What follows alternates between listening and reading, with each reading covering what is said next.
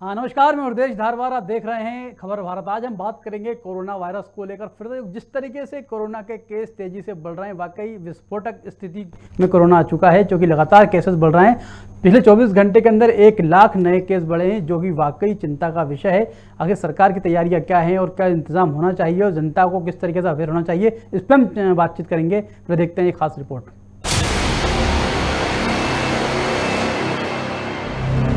दुनिया भर में बीते 24 घंटे में 25 लाख कोरोना केस दर्ज किए गए हैं।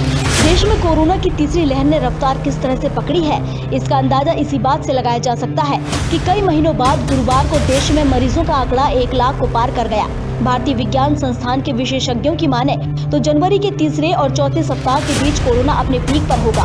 हालांकि ताज्जुब की बात यह भी है कि जिस गति से कोरोना अपने पैर पसार रहा है, संक्रमण की इतनी तेज रफ्तार बीते 2 लहरों के दौरान किसी भी राज्य में नहीं देखी गई। देश में गुरुवार को 1,17,000 मरीज मिले। वहीं 27 दिसंबर को यह आंकड़ा महज 6,147 था, यानी रोज मिलने वाले नए मरीज सिर्फ 11 दिन में ही 1758% बढ़ गए।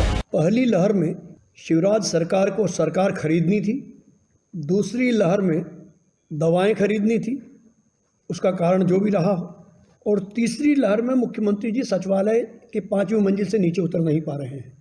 सरकार शाब्दिक जुगाली की औषधि से उसे कवर करना चाह रही है कि डॉक्टरों की भर्ती की फाइल दब गई थी, उसका मुझे अफसोस है। नियुक्ति जैसी फाइल सरकार दबा सकती है, तो वो कोरोना संक्रमण को लेकर कितनी चिंतित है, ये एक गंभीर विषय का मामला है। मुख्यमंत्री जी को अफसोस नहीं जाहिर करना चाहिए, इस्तीफा देना चाहिए कि इतने बड़े संक्रमण के दौर में एक बड़ी फाइल कैसे दब गई, उस दबाने के पीछे किसकी क्या मंशा थी, यह भी स्पष्ट होना चाहिए।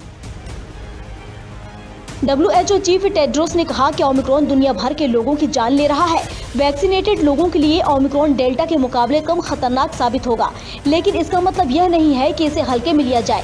पिछली वेरिएंट की तरह ही ओमिक्रॉन लोगों को अस्पताल में भर्ती कर रहा है और मार रहा है। आपको बता दें कि ओडिशा में ओमिक्रॉन से एक महिला की मौत हुई है।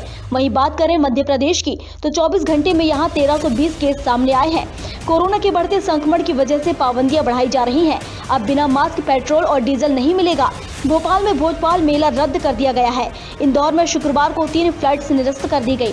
फ्लाइट निरस्त करने की वजह पैसेंजर्स का ना मिलना बताया जा रहा है। गवर्नमेंट का हेल्थ सेक्टर और प्राइवेट जो हेल्थ सेक्टर है उस सबकी मैपिंग की गई है और सभी जगह चुस्त दुरुस्त व्यवस्था हो सके, इसके पूरे इंतजाम हमने किए हैं। गवर्नमेंट सेक्टर में हमारे पास लगभग 32,000 कोविड डेडिकेटेड बेड हैं और अभी तक लगभग 27,000 हमारे प्राइवेट सेक्टर के बिस्तर हैं, तो लगभग 58,000 तक हमारे पास कोविड के बिस्तर हैं और इसको हम 65,000 70,000 तक ले जाने की प्लानिंग कर रहे हैं। पिछले 24 घंटे में मध्य प्रदेश के अंदर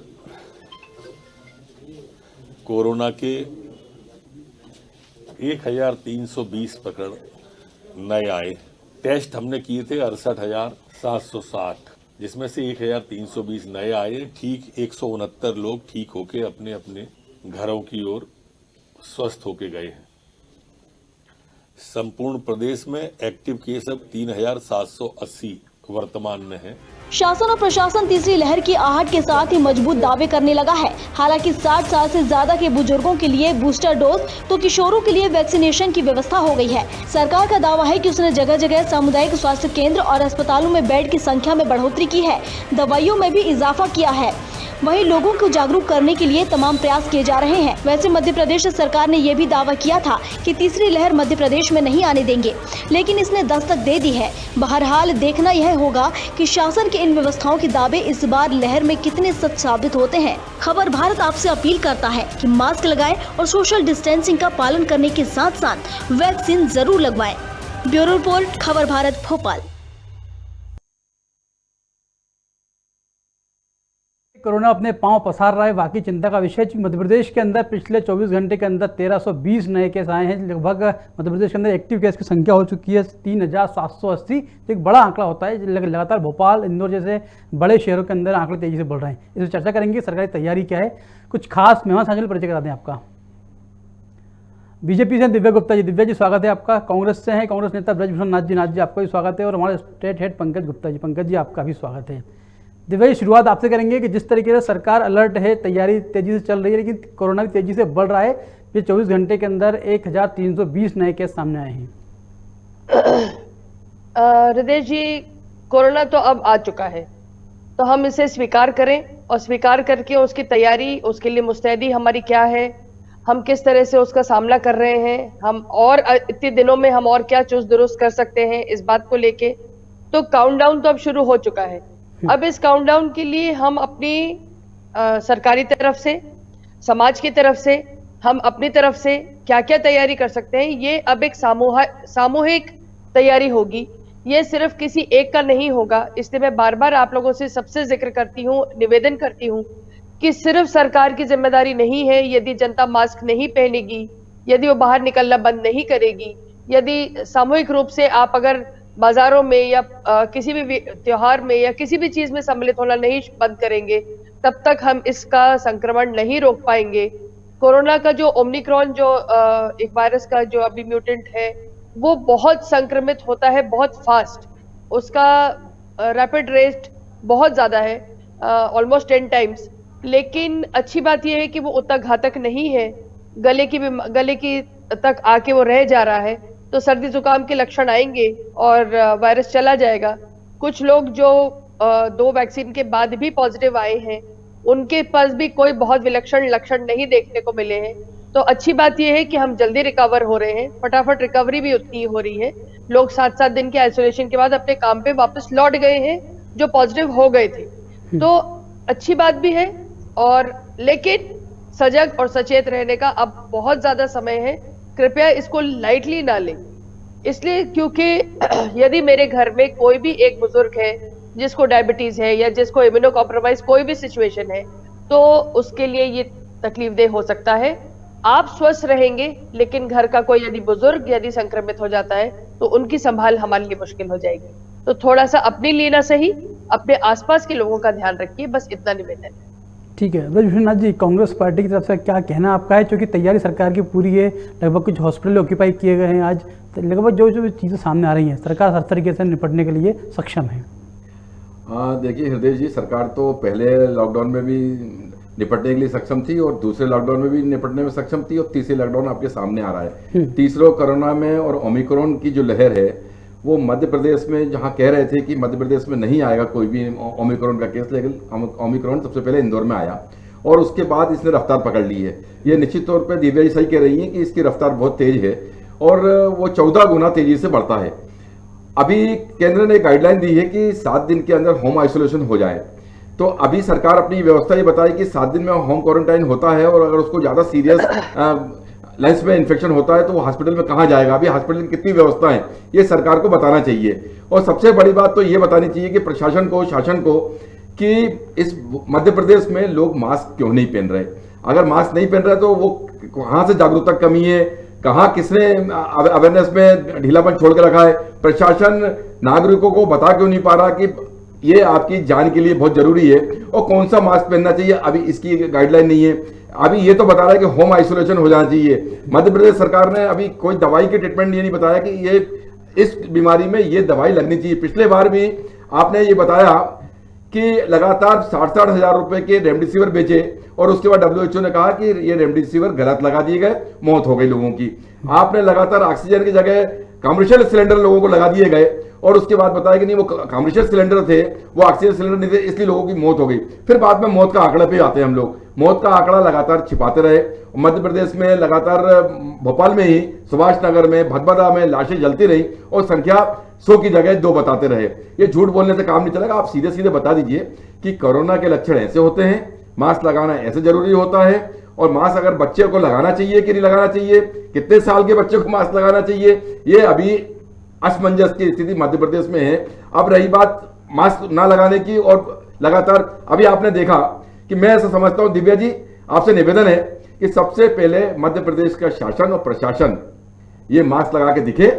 आपने कल देखा होगा बीडी शर्मा जी ने जो मशाल यात्रा निकाली है, कितने लोग उसमें मास्क लगाए हुए थे। जब आप ही लोग जागरूकता नहीं फैलाएंगे, कांग्रेस के लोग भी, हम अपना भी कह रहे हैं, हमारे कांग्रेस के लोग भी नहीं जागरूकता नहीं करेंगे, तो मध्य प्रदेश की जनता हम दोनों पार्टियों को बेवकूफ समझेगा, एक नंबर का वो समझ जाएंगे कि ये दोनों पार्टी मिलकर हमको बेवकूफ बना रही है और कोरोना नाम की कोई चीज नहीं है। लोग लाशें की लाशें बिछती जाएगी और मध्य प्रदेश तमाशा के रूप में पूरे देश में जाना जाएगा। तो इसलिए निवेदन है कि इस कोरोना की बीमारी को बहुत गंभीरता से लें और जागरूकता के साथ प्रशासन ये बताए, और प्रशासन सख्ती के साथ सबसे पहले मध्य प्रदेश का मंत्रिमंडल, मध्य प्रदेश का प्रशासन और कांग्रेस के पदाधिकारी, जितने पार्टी के पदाधिकारी उनकी सर्वदलीय बैठक बुलाई जाए और उनसे कहा जाए कि अगर आप मास्क लगाएंगे और पार्टी का आपने कार्ड दिखाया तो आप पे 200 की जगह 5,000 का जुर्माना होगा। आप जब नियम सख्ती कर देंगे तो सब लोग डर के मारे मास्क लगाएंगे और डर के आगे ही जीत है। कोरोना जब मास्क और सोशल डिस्टेंसिंग। अब दिव्या जी से एक बात पूछना था, इस हिंदुस्तान में एक व्यक्ति का नाम बता दीजिए कि जिसने 1 साल के अंदर सोशल डिस्टेंसिंग का पालन किया हो। मैं समझता हूं दिव्या जी आपने भी नहीं किया होगा, हमने भी नहीं किया और हमारे हृदय भाई बैठे हुए इन्हें भी नहीं किया होगा, क्योंकि सोशल डिस्टेंसिंग का मतलब होता है कि 2 गज की दूरी, 2 गज की दूरी होती है 6 फीट की। प्लेन देख लीजिए, अभी मैं फ्लाइट से आया हूं, फ्लाइट में एक सीट छोड़नी चाहिए लेकिन पूरी चल रही है। आपने पहले कहा कि सेंट्रल एसी से कोरोना फैलता है, तो प्लेन में सेंट्रल एसी नहीं है क्या? वहां तो एक आदमी जब नाश्ता कर रहा है, चाय भी पी रहा है वहां पे बिना मास्क के, और वो एक बार खांसेगा तो पूरे प्लेन में लगातार लोग संक्रमित होंगे। ऐसी ट्रेन में जो एसी के डिब्बे चल रहे हैं उसमें संक्रमित हो रहे हैं। तो ये व्यवस्था शासन प्रशासन को खुद सख्ती के साथ देखनी पड़ेगी। अगर लगता है कि 1 महीने का नहीं 2 महीने का संपूर्ण लॉकडाउन लगाना चाहिए तो लगा दीजिए ना। पूरे मध्य प्रदेश में सब लोग तैयार। पिछली बार आप लॉकडाउन लगाया, आपने, कांग्रेस भी आपके साथ थी। पहली बार लॉकडाउन लगाया तो भी कांग्रेस ने आपके साथ सहयोग किया। आप तीसरी बार लगाओगे तो भी हम सहयोग करेंगे। हम कोई रोड पे आके डांस नहीं करेंगे आके कि साहब बीजेपी ने लॉकडाउन लगाया है और कांग्रेसियों के खिलाफ है ये काम। हम लोगों को डांस करके लोगों को जागरूक नहीं करेंगे कि आप भी आइए रोडों पे। हम भी घर के अंदर बैठेंगे और आपके निर्देश का पालन करेंगे। ठीक बात है। यदि हम नहीं चाहते, अगर नहीं सतर्क नहीं हुए तो वाकई स्थिति वो दिन दूर नहीं है, क्या फिर से लॉकडाउन की तरफ बढ़ना पड़ेगा। पंकज जी, जिस तरीके से केसेस बढ़ रहे हैं, सरकार को सख्ती करनी चाहिए, नहीं सरकार खुद अपने आप में लेट हो रही है। बड़े बड़े नेता हैं, तमाम जो बड़े बड़े कार्यक्रम होते हैं, कार्यक्रम के माध्यम से संदेश देने की कोशिश करते हैं, लेकिन वो संदेश देने में सफल नहीं हो पा रहे हैं। बिल्कुल हृदय जी, अभी भूषण जी ने बहुत बढ़िया बात कही है कि जब सरकार ही आइडियल नहीं बनेगी, आदर्श नहीं बनेगी आम आदमी के लिए, तो निश्चित तौर पे आम आदमी पे भी इसका प्रभाव ज़्यादा नहीं पड़ेगा। आपकी अपील का भी बहुत प्रभाव नहीं पड़ने वाला। लेकिन अगर सबसे पहले तो सरकार को संवेदनशील होना पड़ेगा इस ओमिक्रॉन को लेके, और जो भी कार्यक्रम सरकार के चल रहे हैं, जो सीएम के दौरे हैं, उनको नियमित करना पड़ेगा, उनको कहीं थोड़ा नियंत्रित करना पड़ेगा जिससे लोगों की भीड़ ना बढ़े। और सबसे पहले तो सरकार को ही ये देना पड़ेगा। दूसरी बात मैं ये कहना चाह रहा हूँ कि देखिए, एक अनुभव होता है जो पिछले समय का आपका कोरोना का अनुभव रहा है, उसके आधार पर सरकार को तैयारी करनी चाहिए। देखिए, सिर्फ अस्पताल की बात नहीं है। मैं दिव्या जी बैठी हैं भारतीय जनता पार्टी से, मैं ये कहना चाहता हूँ सरकार को बताएं कि सिर्फ हम पिछली बार मरीज लेके जो भटकते रहे ना, कम से कम इस सिस्टम से आम आदमी ज़्यादा परेशान ना हो। अब हमारे पास एक लंबा अनुभव है, सब तरह के हम परेशानी भरे वक्त देखा है सबने लोगों ने। इसलिए जब आज यदि संख्या बढ़ती है तो उस समय हमारी तैयारी कैसी है। सिर्फ अस्पताल से कुछ नहीं होता। आदमी 2-2 घंटे दिन भर अस्पताल में मरीज को लेके घूमता रहा, मतलब उसको यही समझ नहीं आया कि मैं जाना कहाँ है। एक सेंट्रल सिस्टम नहीं था कि जहाँ से उसको ये बताया जा सके, एक ऐसा कॉल सेंटर जिसमें उसको बताया जा सके कि आप इस अस्पताल जाइए, यहाँ आपका बेड आरक्षित है। मतलब जब कोरोना एक ऐसा संक्रामक होने के कारण क्या होता है, लोग मित्र भी नहीं मिलते, साथ में ले जाने वाले, साथ मदद करने वाले। तो ऐसे हालात में मरीज को कई बार स्वयं भर्ती होना पड़ता है, और सभी लोगों के ऐसे हालात नहीं है कि सबके मदद के लिए लोग आगे आए। तो जब इस हालात में अगर हमें लगता है कि स्वयं मदद कर लेना है, तो वो हम स्वयं कहाँ तक भटकेंगे। हमारे पास गाड़ी नहीं, साधन नहीं। आपने पिछली बार अनुभव में देखा होगा, सबने देखा होगा कि कई बार तो कोई बैठाने से ही मना कर देता था, कि अस्पताल में लेने से ही मना कर देता था। तो जिस डर और माहौल में हमने पिछला अनुभव लिया है, उसमें इस बार कम से कम घर में बैठा व्यक्ति कॉल सेंटर में फ़ोन करके पूछ सके कि हमें सर कहाँ भर्ती हो सकते हैं, कहाँ पे हमको बेड मिल सकता है, या ऑनलाइन हमें वहाँ एक बेड अवेलेबल हो जाए। तो इस तरह की कुछ व्यवस्था पहले से करना चाहिए, क्योंकि अब हमारे पास बेड भी पर्याप्त संख्या में है, डॉक्टर व्यवस्थाएं पर्याप्त संख्या में जब कर रहे हैं, पूरे ऑक्सीजन की हमें उपलब्धता है, तो थोड़ा सा स्मार्ट, कहीं ना कहीं स्मार्ट वर्किंग भी दिखनी चाहिए। क्योंकि वक्त का जो बदलाव है, क्योंकि अभी कोरोना खत्म नहीं हुआ, जैसे दिव्या जी आप स्वयं कह रही थी, कोरोना भी बार बार लौटेगा। जब लौटेगा तो फिर हम उसके लिए लगातार तैयार रहें, कोई भी व्यक्ति भटके नहीं। बाकी देखिए, अवेयरनेस की बात है जहाँ तक, तो निश्चित अवेयरनेस तो देखिए तभी आएगी जब हम सब एक दूसरे को जागरूक करेंगे। और ये बात सही है कि ईमानदारी से देखें तो हम किसी ने भी SOPs का पालन नहीं किया, तो कहीं ना कहीं सबको उस पर करना है। और देखिए, थोड़ी बहुत लापरवाही होती ही है। जब आप भले ही आप बुलाते हो किसी कार्यक्रम में कोरोना मास्क पहन के आए, लेकिन आपने चाय दे दी तो सब बिना मास्क के हो गए। तो ये ऐसे बार बार देखा जाता है। अपने सरकारी कार्यक्रम में यही देखा जाता है, लोग आते तो मास्क पहन के बैठते दूर दूर है, लेकिन जब आप उसको खाने की टेबल पे जाते हैं तो सब बिना मास्क के हो जाते हैं। तो इतना समय पर्याप्त होता है। तो इस तरह के कार्यक्रमों में भी एक बचना चाहिए कि उन्हें पता होना चाहिए कि लोग पास कब आएंगे। तो ऐसे छोटी छोटी बातों का ध्यान रखना है। बाकी लड़ने के लिए देखिए हम अनुभव हो चुका है, लड़ने के लिए मुझे लगता है मध्य प्रदेश सरकार ने, पूरा देश तैयार है और निश्चित तौर पे सब जिस तरह से पहले इस कठिन मुश्किल घड़ी से निकले फिर से निकलेंगे। ठीक बात है। दिव्या जी, जनता की तरफ से एक कॉमन सवाल ये आता है कि जब वैक्सीन लगवानी थी तो वैक्सीन लगवाने के बाद कोरोना नहीं होगा, लेकिन वैक्सीन लगाने के बाद भी 2 डोज ले लिए फिर भी कोरोना लगातार हो रहा है, खतरा बढ़ रहा है, तो मास्क क्यों लगाएं, सोशल डिस्टेंसिंग पालन क्यों करें, इस तरह के सवाल जनता की तरफ से उठ के आते हैं। तो आखिर क्या वजह है कि वैक्सीन के दोनों डोज लगने के बाद भी कोरोना पॉजिटिव हो रहे हैं?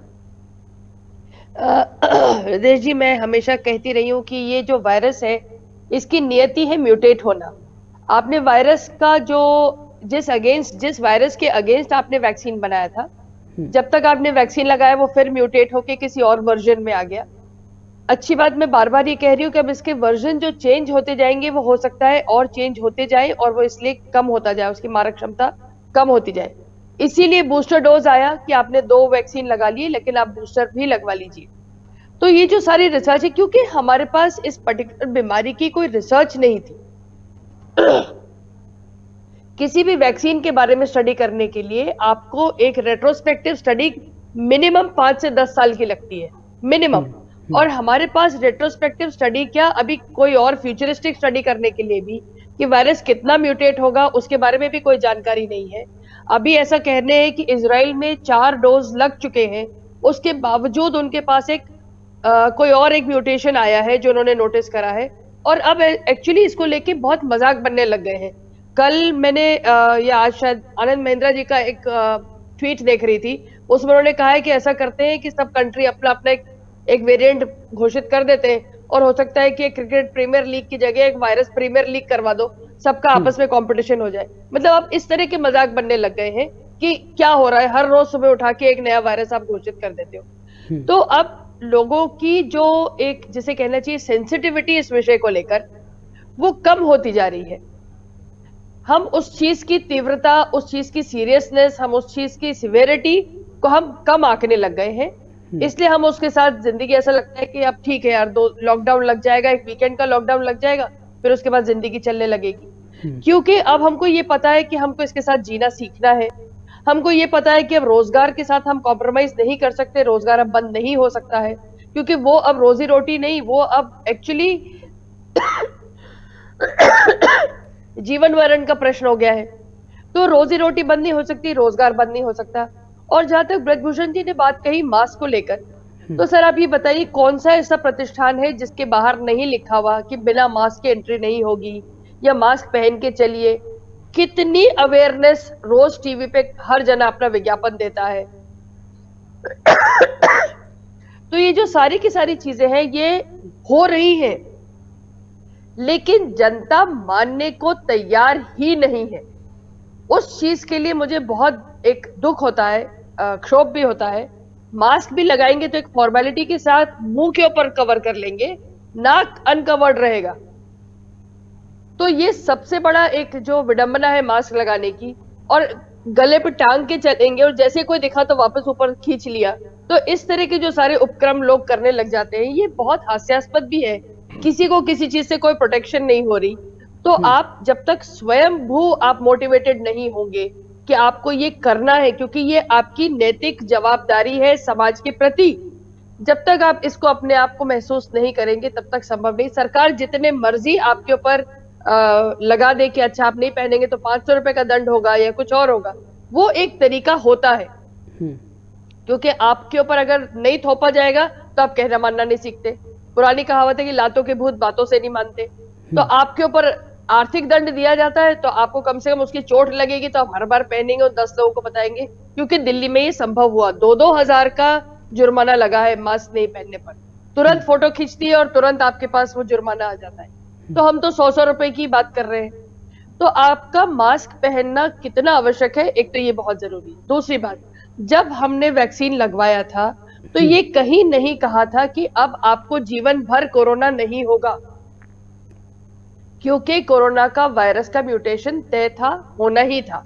लेकिन इसी कारण से बूस्टर है, लेकिन इसी कारण से जिनको वैक्सीनेशन है, अगर वो कोरोना पॉजिटिव होते हैं तो उनमें मारक क्षमता बहुत कम है और आप बहुत आसानी से बच के बाहर निकल आएंगे। इससे जिन लोगों ने नहीं लगवाया वो फिर लगवा ले, जो अब बीमार है वो बाहर ना निकले। अपनी प्रोटेक्शन प्लीज स्वयं करके चलें, इतना मेरा आप सबसे बहुत निवेदन है। और ब्रज जी, एक और बात बता दूं कि जो सारे आपने लाइन ऑफ ट्रीटमेंट की बात कर रहे थे, तो लाइन ऑफ ट्रीटमेंट सारा का सारा आ चुका है, डॉक्टर्स के पास है, उसको जग जाहिर नहीं करा जा रहा है, क्योंकि नहीं तो लोग बताएंगे नहीं और घर बैठ के सेल्फ ट्रीटमेंट करना शुरू कर देंगे, जो और घातक होगा। तो वो डॉक्टर्स को line of treatment, first line of treatment दवाइयों का क्या क्या है वो आ गया, सेकंड लाइन ऑफ ट्रीटमेंट क्या है वो आ गया, थर्ड लाइन ऑफ ट्रीटमेंट क्या है वो भी आ गया। तो हम सबके पास एक सर्कुलर आया हुआ है जिसमें इस तरह के ट्रीटमेंट मोडालिटीज हम सबको डिस्कस हो चुकी है। एक और बात, जैसा कि पंकज जी ने कहा कि क्या हमारे पास इस तरह का कोई कॉल सेंटर है, तो Pankaj ji call centre start हो चुके हैं। कॉल सेंटर्स अभी उन लोगों की सुनवाई कर रहे हैं जो कोरोना पॉजिटिव आ चुके हैं, और धीरे धीरे अगर जरूरत पड़ी तो बेड से रिलेटेड भी आ जाएंगे, उसका भी काम शुरू हो गया। तो कॉल सेंटर्स ऑलरेडी स्टार्ट हो चुके हैं। जो लोग कोरोना पॉजिटिव हैं उनसे रोज एक बार दिन में बात होती है, वीडियो कॉल भी होता है, वो भी फॉलोअप चर्चा होनी शुरू हो गई है। और जैसे जैसे अगर ईश्वर न करे, अगर अपने को अस्पतालों की अगर रिक्वायरमेंट रही तो न्यूज़पेपर्स में और इस तरह के सोशल मीडिया प्लेटफॉर्म्स पे ये बातें रिलीज होनी शुरू हो जाएंगी। इसकी भी तैयारी बिल्कुल ऑन है, फुल ऑन है। सॉरी, मैंने बहुत समय ले लिया जी। भरत जी, क्या लगता है आपको, जिस तरीके से सरकार ने लगा तैयारी तो पूरी करके रखी है अपनी और आगे लगातार अवेयर भी कर रहे हैं, लेकिन चीज़ें जो है सरकार के अंडर कंट्रोल हैं अभी, ऐसा कुछ ऐसा नहीं है स्थिति के वजह बिगड़ रही हैं, लेकिन जनता में सिविक सेंस की कमी है, यही वजह शायद तेज़ी से केस बढ़ भी रहे हैं। अब दिव्या जी अभी ये नाक में रुमाल लगा के वो कर रही हैं तो हम लोग को जैसे डर लगने लगा। दिव्या जी आप भी जांच करा लें एक बार। दूसरी क्योंकि आप मेरी बहन है, मुझे आपकी चिंता भी ज्यादा है। भलाई विपक्ष में आप लोग लड़ते रहेंगे पार्टी में, लेकिन आप रहेंगे और हम रहेंगे तभी हम लोग देश को, प्रदेश को बचा पाएंगे। डॉक्टर है को समझ लेंगे आपको। दिव्या जी अन्यथा ना लें आप। अब मैं आता हूँ दिव्या जी, सबसे बड़ी बात आप पार्टी में और देश में सबसे बड़ी बात है अविश्वास की। जो अविश्वास फैल रहा है देश में, इसलिए कि हम लोग गलत ट्रीटमेंट कर रहे हैं, गलत जानकारी दे रहे हैं और गलत व्यवस्थाओं की ओर देश को ले जा रहे हैं। इसलिए देश की जनता डरी हुई है और आप पे विश्वास नहीं कर पा रही है। अभी आप ये देखिए कि जब आप पैदा हुई होंगी तो बिना पूछे आपके माता पिता ने आपको एक चेचक का टीका लगवा दिया होगा। कितना भरोसा रहा होगा उस टाइम पे। आज पूरे भारत देश में नरेंद्र मोदी जी से लेकर शिवराज सिंह चौहान जी और पूरे देश में चिल्लाते रहे कि हम लोग दिसंबर में पूरे देश में 2 डोज का वैक्सीनेशन कर देंगे। आज भी 1 करोड़ 41 लाख लोग कर पाए हैं। बाकी लोग लगभग 90 करोड़ लोग अभी वैक्सीनेशन के लिए रह गए। अभी आपके एक बात करें बूस्टर डोज की, आप उसकी जानकारी दे दीजिए कि बूस्टर डोज कितने लोग लगा लिए। अब उसके नीचे भी आता हूं मैं, क्या 15 साल के नीचे से लेके 1 साल के से लेके 15 साल के बच्चों को क्या कोरोना संक्रमण नहीं होगा? अगर होगा तो मध्य प्रदेश शासन को, देश के शासन को उनसे घर से निकलना बंद करवाइए पहले, क्योंकि वो तो मास्क भी नहीं पहन सकते मैडम। उन्हें तो यही नहीं मालूम कि हमें मास्क कैसे लगाना चाहिए। और जब वो वॉकिंग करेंगे, छोटा सा बच्चा वॉक करता है, घूमने जाता है और मास्क लगा के चलवाओगे आप उसका, तो मैं आपसे दावा कर रहा हूं उसका ऑक्सीजन लेवल बच्चे का लंग्स में डैमेज करेगा। और इसकी व्यवस्था आपको बहुत जल्द से जल्द करनी चाहिए। पूरे डॉक्टर लोग की केयर, कई अलग अलग आ रहे। एक अभी वीडियो आया है हरियाणा से और वो पूछ रहा है कि मैंने एम्स के डॉक्टर गोरैया से पूछा है कि मास्क कौन सा लगाना चाहिए, कौन सा मास्क हमें ज्यादा फायदेमंद होगा। अगर आप कपड़े की बात कर रहे हैं, कपड़े में लगाएंगे और लगातार हम अपने मुंह से कार्बन डाइऑक्साइड ज्यादा निकालेंगे और कार्बन डाइऑक्साइड निकाल के मुंह में वापस ले जाएंगे लेंस में, तो क्या दिव्या जी आपको लगता है, आप डॉक्टर हैं, कि हमारा लेंस शाम तक डैमेज हो सकता है? बोलिए दिव्या जी, आप ही बोलिए। हाँ ब्रज जी, मैं आपका जवाब देती हूँ। 2-3 चीजें आपने प्रश्न करी, बहुत अच्छे प्रश्न थे, मैं उनका बिल्कुल जवाब देती हूँ, एक डॉक्टर के हैसियत से ज्यादा देती हूँ। तो पहली बात तो ये कि जो आप लोग ये ब्लू कलर के कपड़े का मास्क लगाते हैं, जिसको हम नॉन वोवन फैब्रिक का मास्क कहते हैं आजकल, सबसे ज्यादा घातक तो ये वाला मास्क है। एक्चुअली इसको एक सिंगल यूज की तरह आपको जितना आपने पहना उसके बाद आपको फेंकना होता है, आप उसको रीयूज नहीं कर सकते। लेकिन परेशानी का सबब यह है कि यही लोग उसको दिनों दिन चलाते हैं, घर आके टांग देते हैं, फिर वापस अपनी जेब में डालते हैं और फिर लेके चल बनते हैं। तो वो तो सबसे ज्यादा खराब अगर है तो वो है। दूसरा आपने बोला कपड़े का मास्क, तो सर मेरा एक बार फिर भी आपसे निवेदन है, हम ट्रॉपिकल कंट्री में रहने वाले लोग हैं जहाँ पे कपास उगती है, हम अगर ये कॉटन के मास्क पहने जिसको हम घर आके डिटर्जेंट में धो के प्रेस करके वापस पहने, तो ये हमारे शरीर के लिए कहीं ज्यादा अच्छा है, स्वास्थ्यवर्धक है, और इसको हमें पहनना चाहिए। जो हम घर आके धो के सुखा के वापस पहन सकते हैं उसमें कोई दिक्कत नहीं है। तो कपड़े का मास्क आज भी सबसे ज्यादा कारगर है, अगर वो डबल लेयर का मास्क हो तो, सिंगल लेयर नहीं, डबल लेयर का मास्क। 15 साल के नीचे तो अब बताती हूँ सर। तो पहली से 10 साल की उम्र तक का एक बहुत बड़ा जो बच्चों का तबका है, उसमें बहुत सारे वैक्सीनेशन शेड्यूल ऑलरेडी लगते हैं। जो बहुत सारे शेड्यूल होते हैं वैक्सीनेशन के, इनके कारण एक अच्छी बात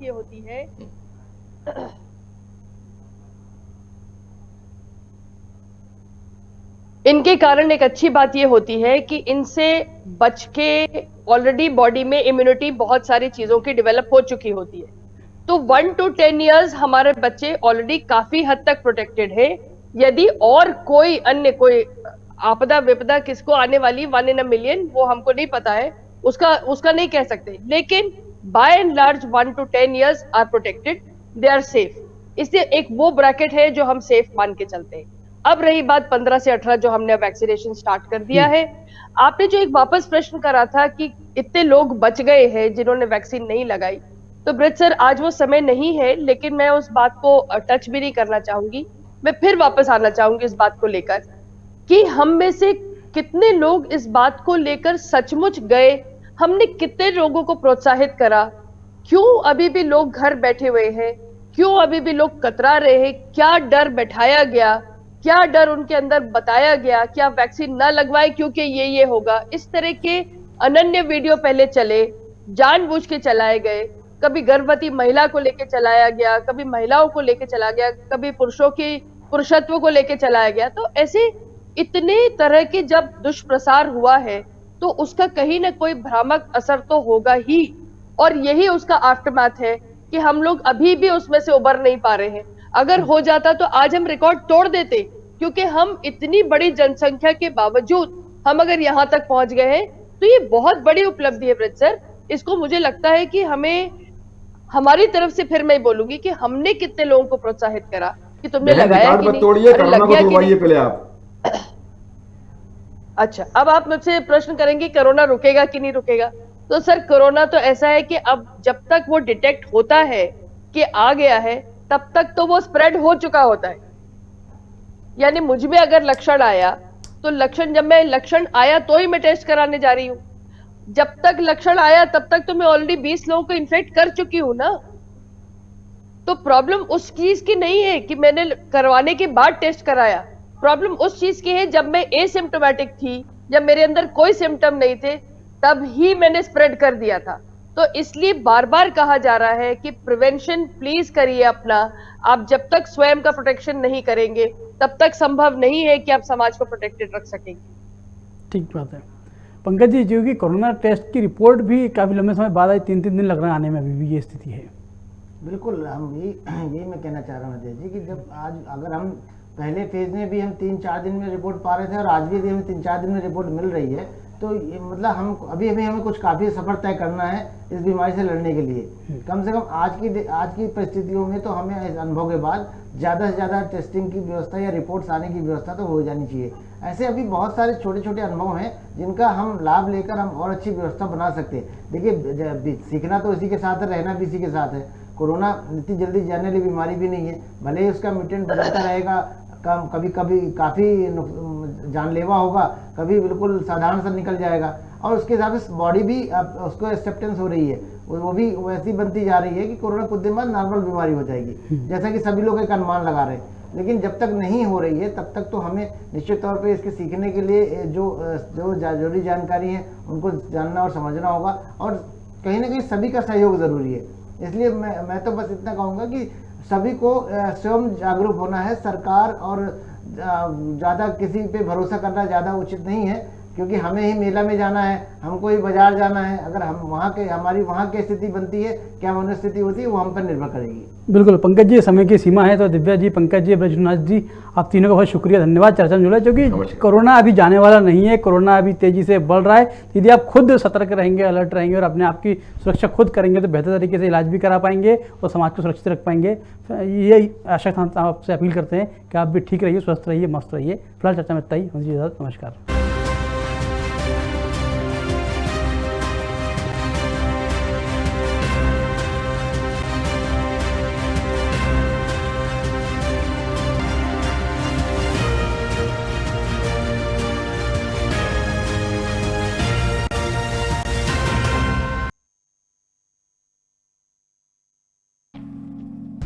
क्या सरकारी दफ्तरों में नहीं होती आपकी सुनवाई? क्या दफ्तरों के चक्कर